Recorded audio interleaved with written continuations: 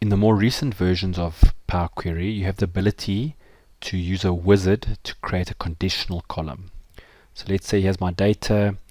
I've decided I want a new column, and all it must do is, if the row it's referring to says height over here, and I want it to say height in another column, otherwise to say ignore it.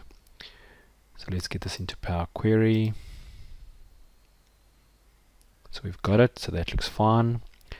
Under add column, you'll see there's an item here called conditional column. Now you can do this with a formula, but we're going to use this wizard.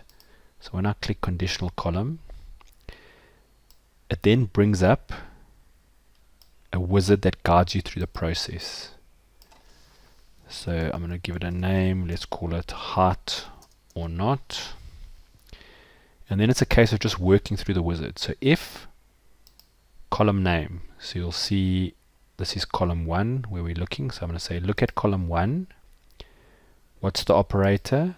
Well, does it equal, not equal to, begins with, does not begin with, contains, etc. So I happen to know it'll have to be equals.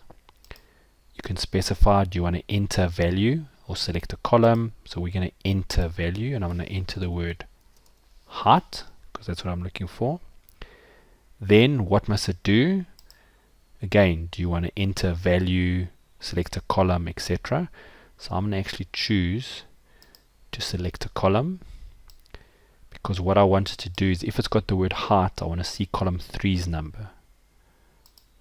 So I'm going to say choose column 3. Otherwise, what must it do? Again, enter value, select a column.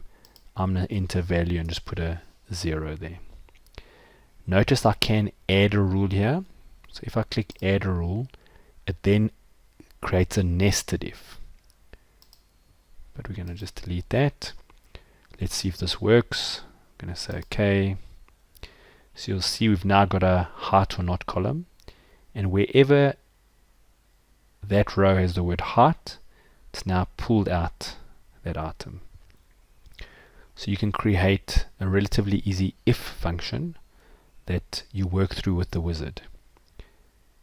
Just notice that the formula here can actually be changed. So you'll see it says add a column, call it height or not, each if column 1 equals height, then column 3 else 0.